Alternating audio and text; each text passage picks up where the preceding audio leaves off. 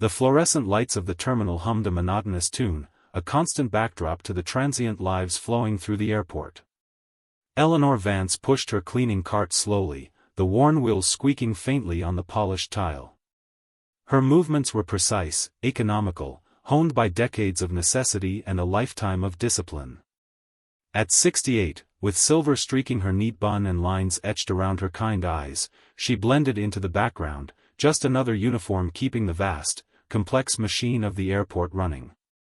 Most people looked past her, their gazes fixed on departure boards or the screens in their hands.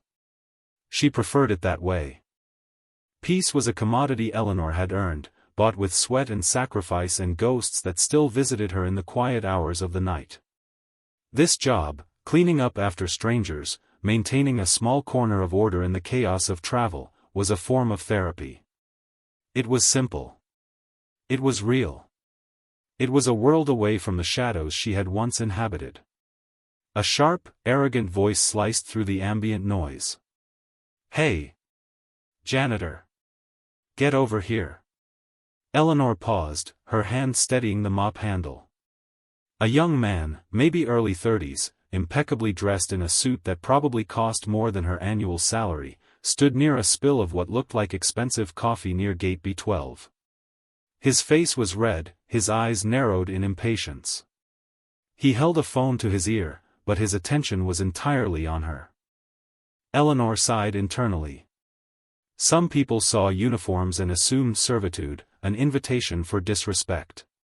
She rolled her cart towards him. "I spilled my latte," the man said, gesturing vaguely with his free hand, not bothering to lower his voice or move out of the way. "Clean it up. Now. I have a meeting." "I see it, sir," Eleanor replied, her voice quiet, lacking inflection. She reached for the mop. He stepped directly in front of her cart. "Well, hurry up. What are you waiting for? Do you know who I am?" Eleanor met his gaze. There was a hardness in his eyes, a self-importance that rubbed her the wrong way. She had seen that look before, on faces far more dangerous than his. "A traveler in a hurry," she said simply. "I need you to move so I can access the spill." He let out a short, sharp laugh. "Access the spill? Don't be daft. Just clean it. It's your job." He took a step closer, leaning into her space, his body language aggressive. "Frankly, people like you should be more efficient. You're a drain on society, aren't you?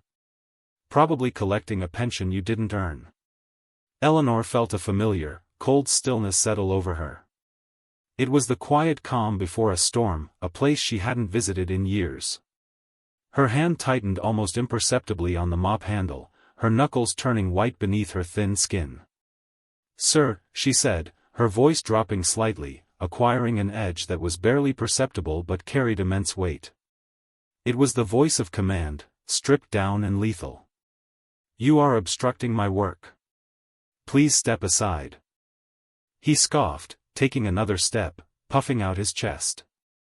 "Or what, old woman? You'll hit me with your little mop?" He reached out, not quite touching her, but making a dismissive gesture towards her face. "Honestly, the airport needs to hire people who actually, move." That dismissive gesture was a line crossed. It wasn't just disrespect now, it was physical intimidation. Eleanor's body reacted before her conscious mind fully processed the decision. It wasn't a large movement, not even a dramatic one. As his hand came towards her, she shifted her weight onto her back foot, her core tightening. Her left hand came up in a fluid, almost invisible block, deflecting his wrist gently but firmly away. Her right hand simultaneously moved the mop cart forward an inch, creating a tiny pocket of space. The entire motion took less than a second, blending seamlessly into the mundane action of pushing the cart. The man stumbled back, surprised more than hurt. His eyes widened slightly. "What the?" As he recoiled, something small and metallic slipped from the breast pocket of his expensive jacket and clattered onto the tile near her feet. Neither of them immediately noticed. His attention was fixed on her, a flicker of confusion and annoyance crossing his features. Eleanor ignored the object for a split second, her gaze still holding his. The calm had intensified, becoming absolute. She saw not a young CEO, but a threat display, a weak one, but a threat nonetheless. The muscle memory was profound, instantaneous.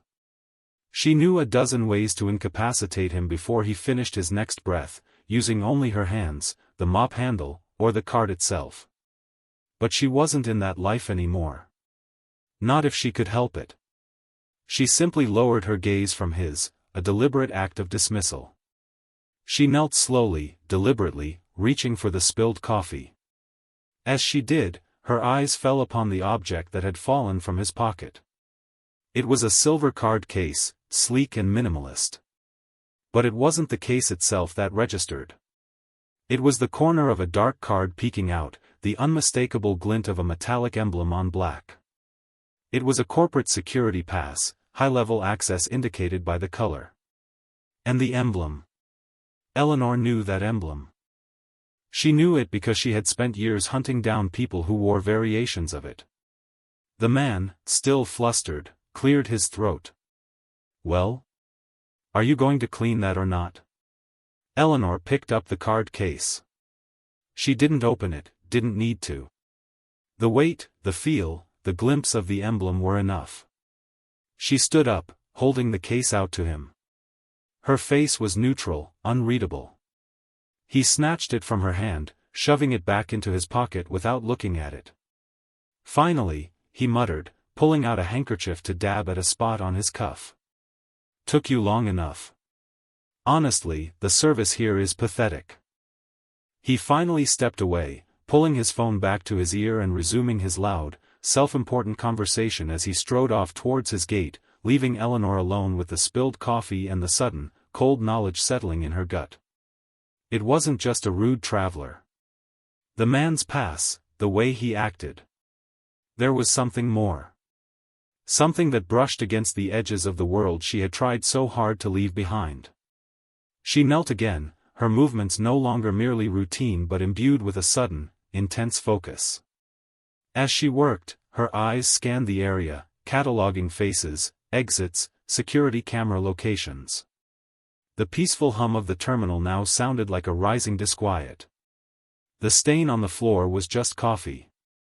But the stain on the airport, the one hinted at by the arrogant young man and his security pass, felt much deeper, much more dangerous. And Eleanor Vance knew, with a certainty that chilled her bone, that her quiet life had just been thoroughly disrupted. Marcus Thorne stormed down the concourse, still muttering about incompetent staff. The brief, baffling interaction with the janitor had rattled him more than he cared to admit. That quick, almost imperceptible movement.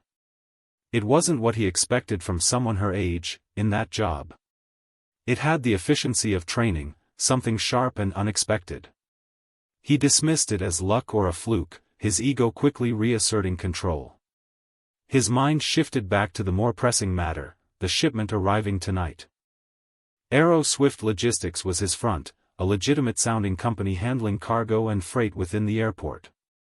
In reality, it was a crucial node in the network of the sovereign hand, a syndicate with fingers in everything from illicit goods to data theft. Marcus wasn't a hardened criminal, he was a spoiled, entitled businessman who saw crime as just another, more lucrative, market. His father was a high-ranking member of the hand, and Marcus was expected to prove his worth by managing this airport operation. He reached the lounge, still fuming.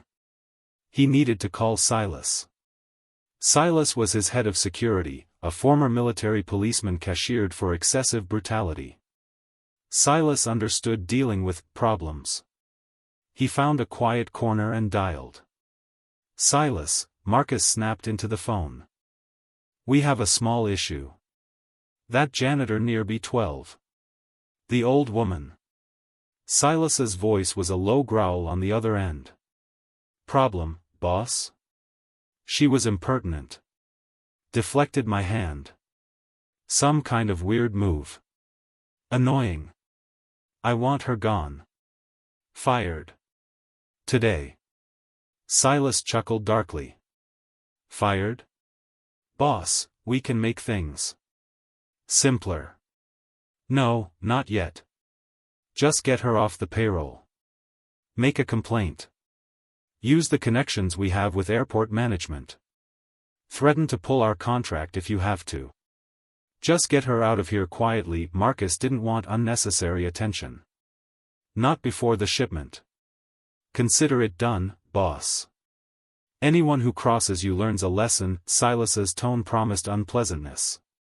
Marcus felt a surge of satisfaction. That was the advantage of being connected. You didn't have to deal with annoying people yourself. He hung up, already feeling better, and ordered an expensive drink. The janitor was forgotten, a minor irritation already being smoothed over by his subordinates. Meanwhile, Eleanor finished cleaning the coffee spill. Her mind was racing, running through possibilities like a well-oiled machine suddenly back online. The emblem on that pass. It matched fragments of intel she'd seen years ago, whispers of a syndicate operating in major transit hubs, seemingly legitimate but facilitating illegal movement of goods and people. The sovereign hand.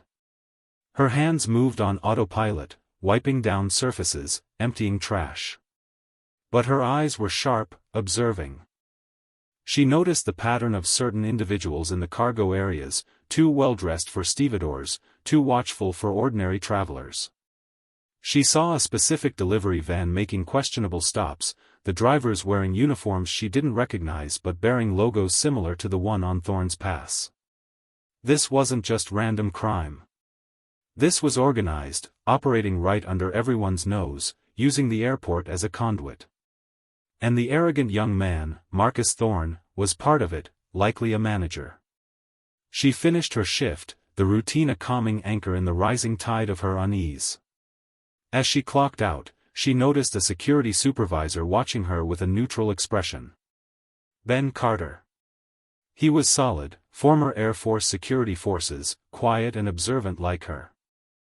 They exchanged brief nods. He knew she was different, though he didn't know how. They had an unspoken understanding, a mutual respect forged in the quiet corners of the airport's late shifts. Outside, the late afternoon sun cast long shadows. Eleanor walked towards the employee parking lot. As she reached her modest sedan, a black SUV screeched to a halt nearby. Two large men in dark, ill-fitting suits got out.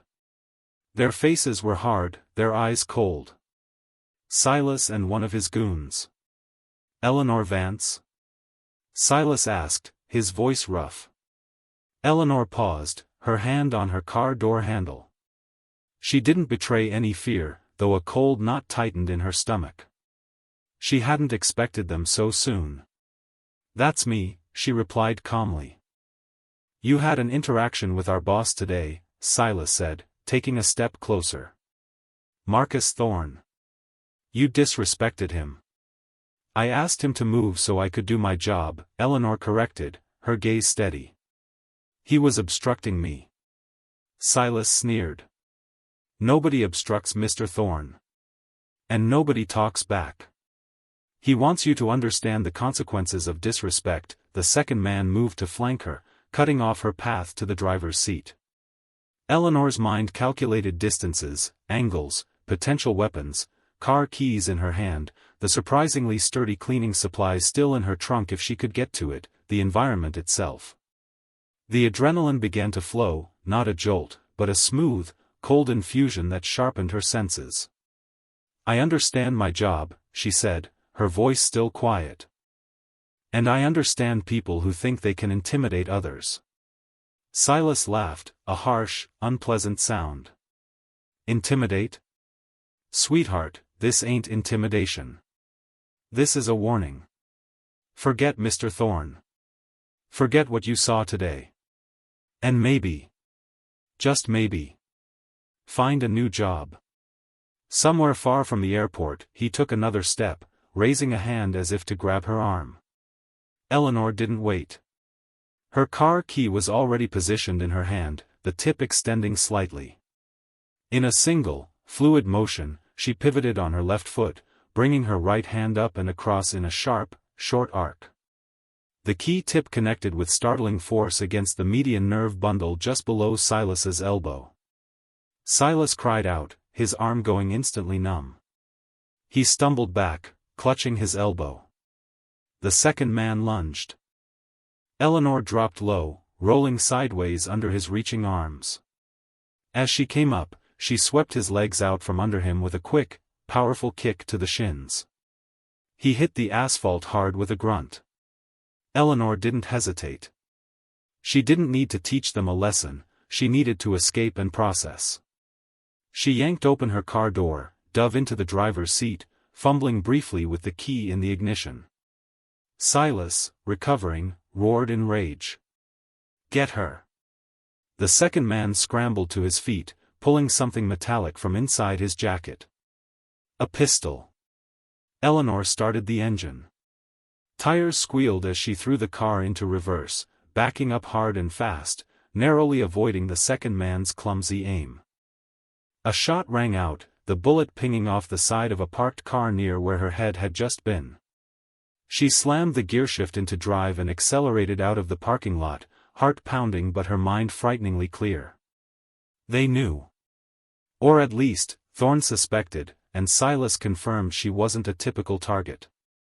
This wasn't just about a rude exchange anymore. This was about her seeing something, knowing something, and them wanting her silenced. The quiet life was over. The shadows had found her again. She drove, not towards her small apartment, but towards a diner she knew, one far from the airport, where she could think. The adrenaline high began to recede, leaving behind a cold resolve. They had escalated. They had come for her. That changed everything. She needed information. She needed backup. She needed to call in some markers she hadn't intended to use. First, information. She knew the airport layout intimately, the cleaning schedules, the blind spots in security camera coverage, useful for emptying trash bins unnoticed, also useful for other things. She knew the rhythm of arrivals and departures, cargo handling, shift changes. But she didn't know the specifics of the Sovereign Hands operation here, the timing of their shipments, the key players beyond Thorne and Silas. Her mind went back to the security supervisor, Ben Carter. He had been watching her. Had he seen the confrontation? Even if he hadn't, he was a man of integrity in a system potentially compromised. He was former military. He might know things. Or he might be a risk. Then there was Maria Rodriguez, the air traffic controller. Sharp, observant, often bored with routine. Maria controlled the skies, saw everything moving in and out.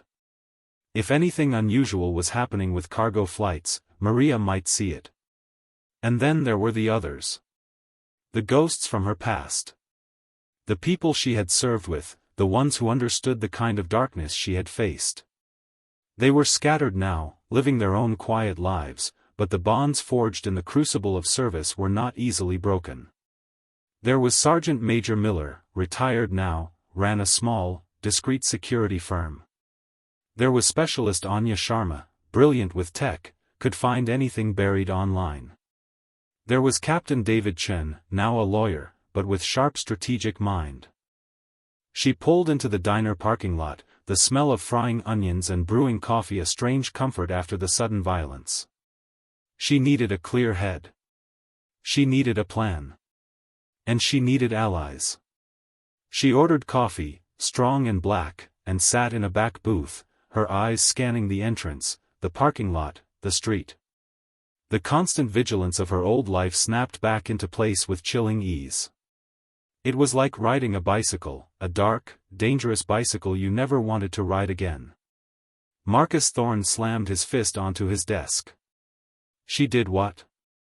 Silas stood before him, nursing his bruised elbow, his face a mask of furious humiliation. She's got moves, boss. Fast. Like. Trained. She took out Dwayne too. Just tossed him onto the ground like a rag doll. Marcus paced his office at Aero Swift Logistics, overlooking the busy cargo tarmac. This was unacceptable. He sent his muscle, his enforcers, to give a simple message, and they were neutralized by an elderly janitor? This is ridiculous. She's a janitor. How did she do that? Silas shrugged, wincing. Don't know, boss. But she ain't just a janitor. Dwayne saw something fall out of her pocket when she was dealing with you earlier. Said it looked like some kind of old military ID or badge. Marcus stopped pacing. An old military ID? This was getting complicated. A former service member working as a janitor? Unlikely, but not impossible. But one who could take down Silas and Dwayne.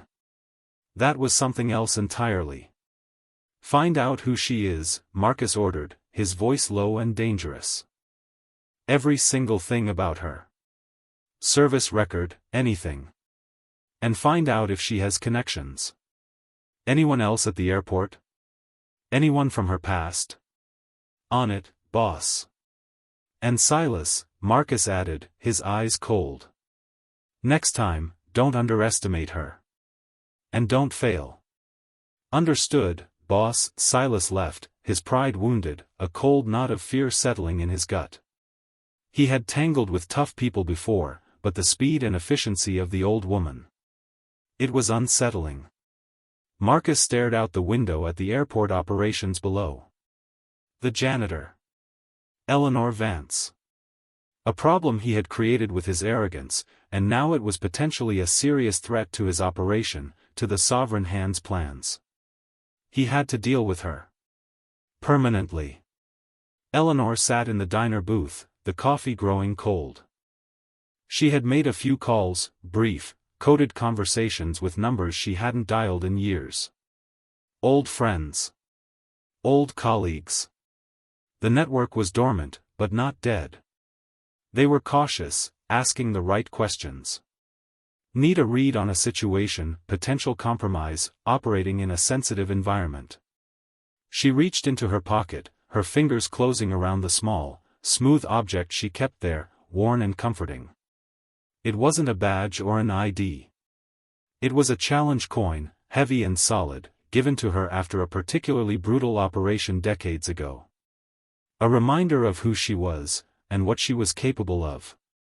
This situation required strategy, not just brute force. The Sovereign Hand was entrenched. They likely had people within airport security, perhaps even higher up. A direct assault wouldn't work. She needed to identify their operation, find their weakness, and dismantle it from within, or expose it in a way they couldn't recover from. She needed more information. Her calls would yield data streams, background checks, maybe some initial surveillance. But she needed eyes on the ground, inside the airport system. Ben Carter. He was ex-military, understood chain of command, understood duty. He was also deeply unhappy with the undercurrents of corruption he sensed at the airport. He was a risk, but potentially a vital ally. Maria Rodriguez. Air traffic control was the airport's nerve center. Maria saw the planes, the cargo manifests, the flight paths. Any unusual activity, any ghost flights or suspicious cargo manifests, Maria would spot it. Eleanor finished her coffee. The knot of fear was gone, replaced by the familiar, focused hum of readiness. The hunt was on. And she was the hunter. The next day, Eleanor returned to work. She moved through the terminal with the same quiet efficiency, but her senses were on high alert. She noted the increased presence of Silas's men, lounging conspicuously, their eyes scanning the employees, specifically, she suspected, looking for her. They didn't approach. Not yet. They were watching. She also noticed Ben Carter watching them. Their eyes met across a busy concourse. Ben gave her a small, almost imperceptible nod. It wasn't just acknowledgement, it was a signal. He knew something was wrong. Later, during her break, Eleanor found Ben in a quiet maintenance corridor. The air smelled of oil and dust. "Eleanor," Ben said, his voice low. "You okay? Heard some chatter about you." And I saw those goons yesterday. I'm fine, Ben, Eleanor replied. Just a misunderstanding. Ben didn't look like he believed her. Misunderstanding? One of those guys was Silas, head of security for Arrow Swift. And I saw him grabbing his arm like he'd been electrocuted.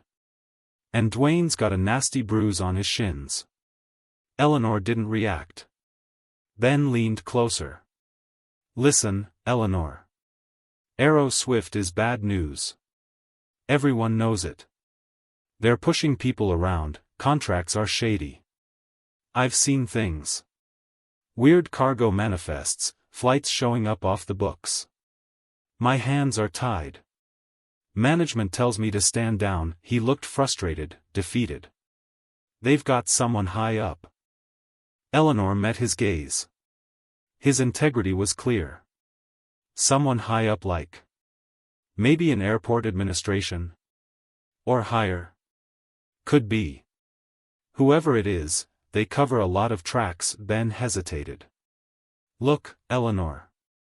I don't know what happened yesterday, and frankly, I don't need to know the details. But I know you're not what you seem. I saw it. The way you moved. That wasn't. Janitor moves. Eleanor allowed a faint, wry smile. Old habits die hard. Habits from where? Ben pressed gently. A different life, she said. She decided to trust him. Ben, that man yesterday, Marcus Thorne. And Silas.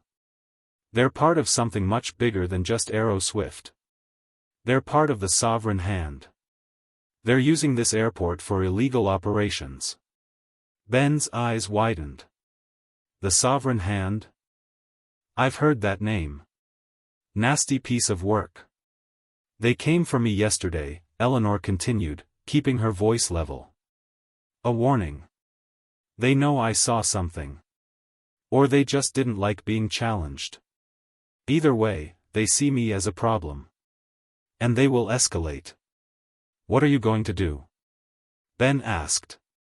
I'm going to stop them, Eleanor stated simply. This is my airport now. They are a disease infecting it. Ben looked at her, really looked at her, seeing past the uniform, the age, the quiet demeanor, to the steel underneath. How? I need information, Eleanor said. Their operation, their schedule, who's involved on the inside. And I need eyes in places I can't be. Air traffic control? Ben guessed. Exactly. Do you know Maria Rodriguez? Can you trust her? Ben nodded immediately. Maria? Absolutely. Smartest person in ATC. She's noticed the weird flight patterns too. We've talked. She's frustrated. Good, Eleanor said. I need to speak with her.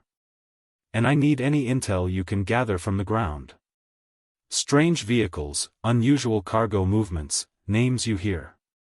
You got it, Eleanor, Ben said, a sense of purpose replacing his frustration. I'm in. What do we do first? First, we don't do anything that looks out of the ordinary, Eleanor instructed. We gather information. Quietly. And we wait. They've made their move. Now they'll wait to see if I respond. Let them think they've scared me. Ben nodded. All right. Be careful, Eleanor. You too, Ben. They parted ways, melting back into the flow of airport personnel. The first piece of the puzzle was in place, an ally on the inside. Over the next few days, the tension at the airport grew subtly. Silas's men were more visible, patrolling the cargo areas and employee zones, their presence a heavy weight of intimidation. They watched Eleanor from a distance, but she gave them nothing, continuing her cleaning duties as if nothing had happened. She knew they expected fear, a mistake, a flight. She gave them only boring routine. Meanwhile, the network Eleanor had contacted stirred. Anya Sharma began digging into Arrow Swift logistics, tracing their financials, they're shell corporations, looking for connections to known sovereign hand activities. Sergeant Major Miller's discreet inquiries yielded whispers from the city's less savory corners about increased activity at the airport, rumors of high-value shipments. Captain Chen started researching legal angles, potential leverage points if they could expose enough corruption. Ben and Maria became Eleanor's eyes and ears within the airport itself. Ben provided details on suspicious employees, security shift changes, and the movements of Silas and Thorne. Maria, from her perch in air traffic control, noted unusual cargo flights, amended flight plans, and the call signs of aircraft linked to shell companies Anya was uncovering. This story is getting intense, isn't it? We've got Eleanor, quiet on the outside, pure steel on the inside, facing down a whole criminal network right in her workplace. The stakes are definitely rising. Tell us where you're watching from. It's awesome to know how far these stories travel. And if you are enjoying it, hit that subscribe button. Telling and preparing this story took us a lot of time, but knowing you're out there makes it all worth it. Let's get back to Eleanor's fight. The pieces started to fit together. The sovereign hand was using Aero-Swift logistics to smuggle something significant through the airport. Not just drugs or weapons, though those were likely part of it. Anya's tracing revealed financial transactions suggestive of illicit artifacts or high-value data. Maria's logs showed specific flights arriving from regions known for such trade, their cargo manifests deliberately vague or misleading. Ben confirmed that these specific shipments received minimal security screening, often handled by a small, select crew reporting directly to Silas. Their intel pointed to a large shipment expected in roughly 72 hours. It was arriving on a modified cargo jet, disguised as standard freight, and scheduled for transport out of the airport via a private trucking company also linked to the sovereign hand. This was their window. Eleanor convened a meeting with her core airport allies, Ben and Maria, in a secluded, rarely used storage room deep within the airport's labyrinthine basement levels. The air was cool and smelled of concrete and old paper. They're bringing something big in 3 days, Eleanor explained, spreading out a simplified diagram of the airport layout on a dusty crate. Flight 6 Alpha Delta, arriving at 0200 local time, Cargo Bay 7. Silas's crew will be handling it. Minimal official oversight. 0200 is the dead zone, Ben confirmed. Security footprint is lowest then. Easy to move things without being seen. The flight plan was amended last minute, Maria added, pointing to a note on the diagram. Filed under a dummy corporation ID'd by Anya. It's routed strangely, too. Like they're trying to avoid specific radar coverage. They're confident, Eleanor said. Overconfident. Thorne's arrogance is filtering down. They think this operation is impenetrable because they've bought off the right people or scared everyone else into silence. So, what's the plan? Ben asked, leaning forward. We can't stop the flight itself, Eleanor stated. But we can stop the shipment from leaving the airport. And we can expose the operation. She outlined a daring, multi-phased plan, drawing on her years of tactical experience. It wasn't about a frontal assault, it was about disruption, leverage, and using the airport's own systems against the syndicate. Maria, you can monitor their communications, maybe cause some technical difficulties with ground crew radios at key moments? Already thinking about it, Maria grinned, a spark of excitement in her eyes. Little static here, a misplaced signal there. Enough to cause confusion, not enough to shut down operations completely and draw outside attention. Ben, your security knowledge is key, Eleanor continued. We need to know where Silas's main force will be concentrated, where the blind spots are during that specific shift. Can you manipulate camera feeds, maybe trigger false alarms to draw off personnel? I can reroute some feeds, make certain areas look clear when they're not, Ben confirmed. And I know the patterns of the night shift guards who aren't bought off. We can work around them. Good, Eleanor nodded. The goal is to isolate the cargo bay during the transfer. Create chaos and misdirection outside, while a small team secures the cargo inside. A small team? Ben asked, looking between Eleanor and Maria. Just us? No, Eleanor said, a faint smile touching her lips. I made some calls. I have some friends coming to help. The cavalry. The network.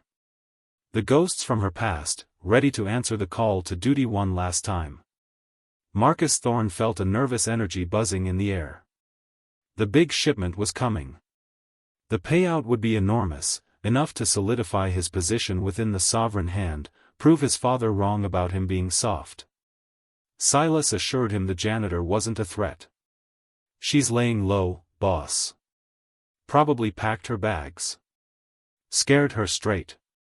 Marcus wanted to believe him, but a nagging doubt persisted. That quick, effortless movement.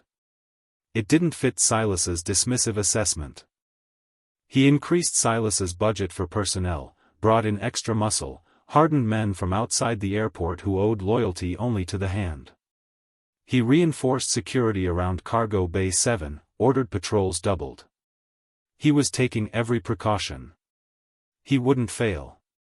3 days later, the airport settled into the quiet hum of the early morning hours. The last late-night flights had departed, the first early birds hadn't yet arrived. This was the hand's preferred time, the operational dark period. Eleanor, dressed in her cleaning uniform, moved through the empty corridors. Tonight, the uniform was not a disguise for a quiet life, but cover for a mission. The challenge coin felt heavy in her pocket. Ben was on shift, moving through the security checkpoints, ensuring key personnel were where they needed to be, or subtly misdirecting those loyal to Thorne. Maria was high above in air traffic control, her fingers poised over her console. And elsewhere in the airport, melting into the shadows, were Eleanor's friends. Sergeant Major Miller, looking like a grizzled truck driver, securing an access point. Anya Sharma, posing as a tired business traveler in a quiet waiting area, her laptop a portal into the airport's digital infrastructure. Captain Chen, dressed as an airline employee, coordinating movements from a distance. Others, too, veterans drawn back into the fight by Eleanor's call, positioned at strategic points, ready to observe, assist, or intervene. Flight 6 Alpha Delta landed silently, taxiing towards Cargo Bay 7. From her control tower, Maria noted the subtle deviation from the planned taxi route, a minor adjustment that put the plane in a specific blind spot she had identified. Plane is on the ground, rolling to position, Maria radioed softly, a frequency only her allies could hear. In Cargo Bay 7, Silas oversaw his crew. They were tense, armed, ready. Marcus Thorne was in a nearby office, watching security feeds, a smirk on his face. This was happening. Cargo door opening, Silas barked, watching the large bay door swing open. Just then, a glitch hit the security monitors in Thorne's office. The feed from camera 7A, covering the main cargo bay entrance, flickered and went dark. What the hell? Thorne swore. Probably a short, boss, Silas said over the radio. Happens with the old system. Maria, fingers flying across her keyboard, suppressed a smile. Just a short. Courtesy of a slightly redirected data packet and a few lines of code from Anya. As Silas's crew began to offload the large crates, distractions hit. A fire alarm blared in a distant part of the terminal, a minor sensor tripped by Ben. Security personnel, already thin on the ground, were diverted. Then, ground crew radios started spitting static, making communication difficult. Maria's work. Confusion rippled through Silas's team. They were isolated, their communication patchy, sensors acting up. Focus. Silas yelled. Get the crates moving. This was Eleanor's moment. Accompanied by Sergeant Major Miller and 2 other veterans, moving like wraiths in the dim light, she approached Cargo Bay 7 from a seldom-used service tunnel. They wore dark clothing under their airport vests, nondescript work gloves, and carried minimal, easily concealable gear, collapsible batons, sturdy knives, zip ties. Decades of experience taught them to use the environment, to fight smart, not hard. They slipped through a side access door Ben had subtly left ajar. Inside the cargo bay, the scene was tense, chaotic. Silas's crew, perhaps 10 heavily armed men, were focused on the offloading. Eleanor gave a silent hand signal. Miller and the others peeled off, moving along the periphery, taking cover behind equipment, their objective to neutralize the lookouts and create secondary points of confusion.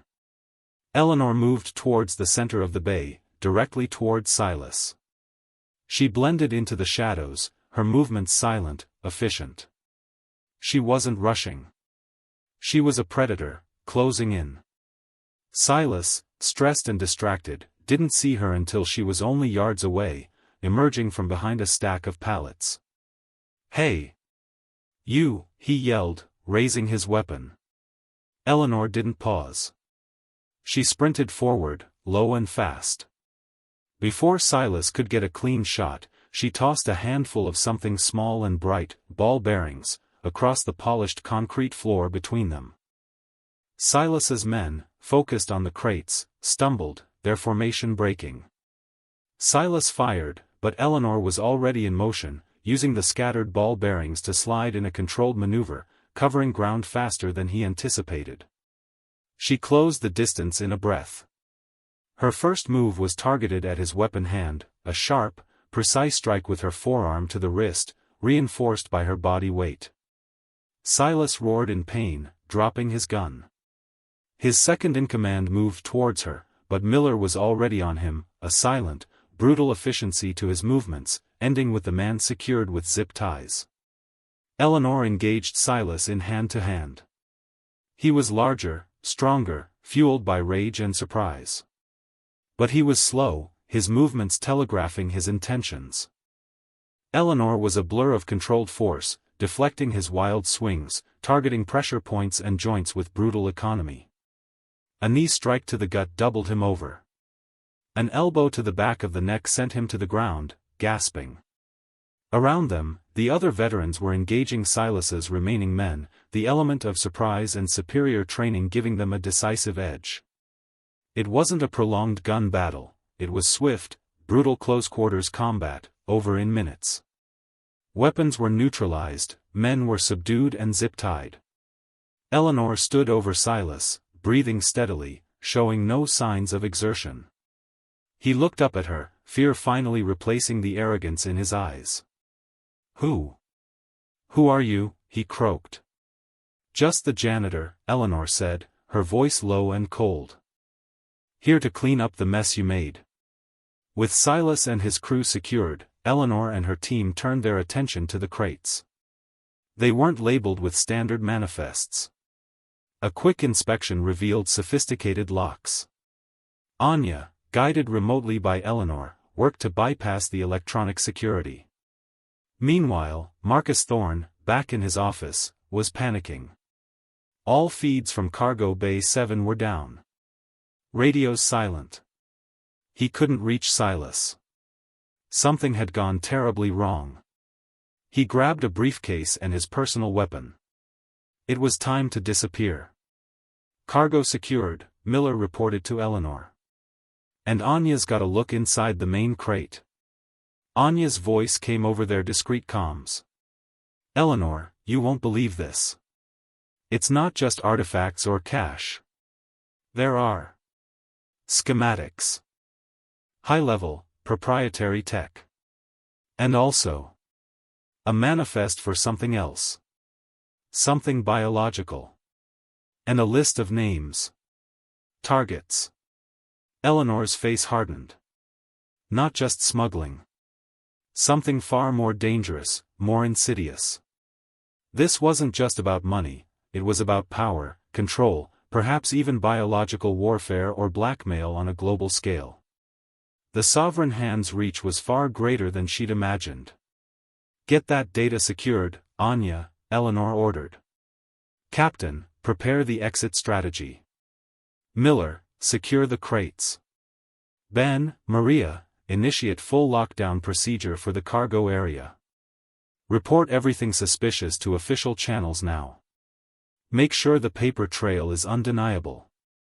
Ben and Maria, following Eleanor's instructions, began triggering protocols that would flood the system with alerts about unauthorized access and suspicious activity in Cargo Bay 7, forcing official airport security and potentially federal agencies to respond.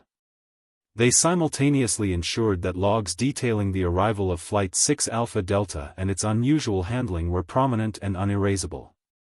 Marcus Thorne, halfway to his escape route, found his path blocked by a casual-looking airline employee. Captain Chen. Thorne didn't recognize him. "Excuse me, sir," Chen said politely.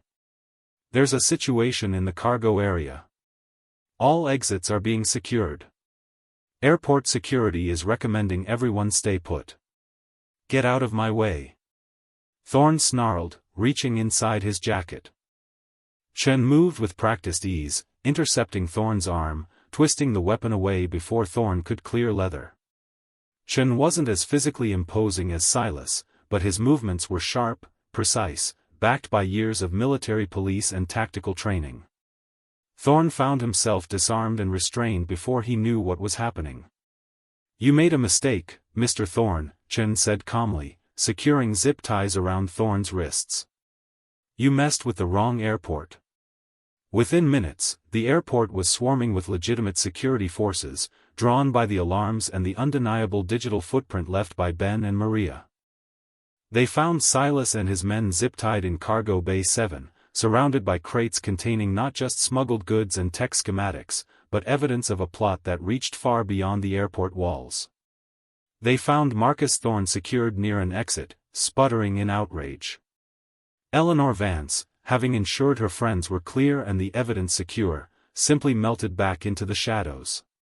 She changed out of the dark clothes, putting her cleaning uniform back on. By the time official security personnel arrived in force at Cargo Bay 7, she was elsewhere, pushing her cart, wiping down railings, just another janitor on the night shift. She saw Ben and Maria later, being questioned by airport brass and federal agents. They were calm, recounting the suspicious activity they had noticed and the procedures they had followed. Their stories were corroborated by the evidence Eleanor's team had left behind and the digital trails Anya had highlighted. The Sovereign Hands operation at the airport was dismantled. Key players were captured, their network exposed, the dangerous cargo intercepted. The arrogant young CEO and his brutal enforcer were just small fish, but their capture led to bigger arrests down the line. In the following days, the airport buzzed with the aftermath. Investigations were launched, corrupt officials were quietly removed, security protocols were tightened. There was a palpable sense of relief, of a dark cloud having been lifted. Eleanor Vance continued her work. The squeak of her cart wheels, the hum of the lights, the flow of travelers, it was the same mundane rhythm, but now it felt different. People still mostly looked past her, but occasionally, a security guard would offer a respectful nod, a knowing glance. Ben Carter always made sure to greet her warmly, a silent acknowledgement of their shared secret. Maria Rodriguez would sometimes give her a little wave from the distance in the control tower. One evening, as Eleanor was finishing her shift, Ben approached her. "Eleanor," he said, handing her a small, plain envelope. "This came for you. Delivered by hand. No return address." Eleanor took it. Inside was a single, silver challenge coin. It was heavier than hers, newer, but the design was strikingly similar to the one she carried.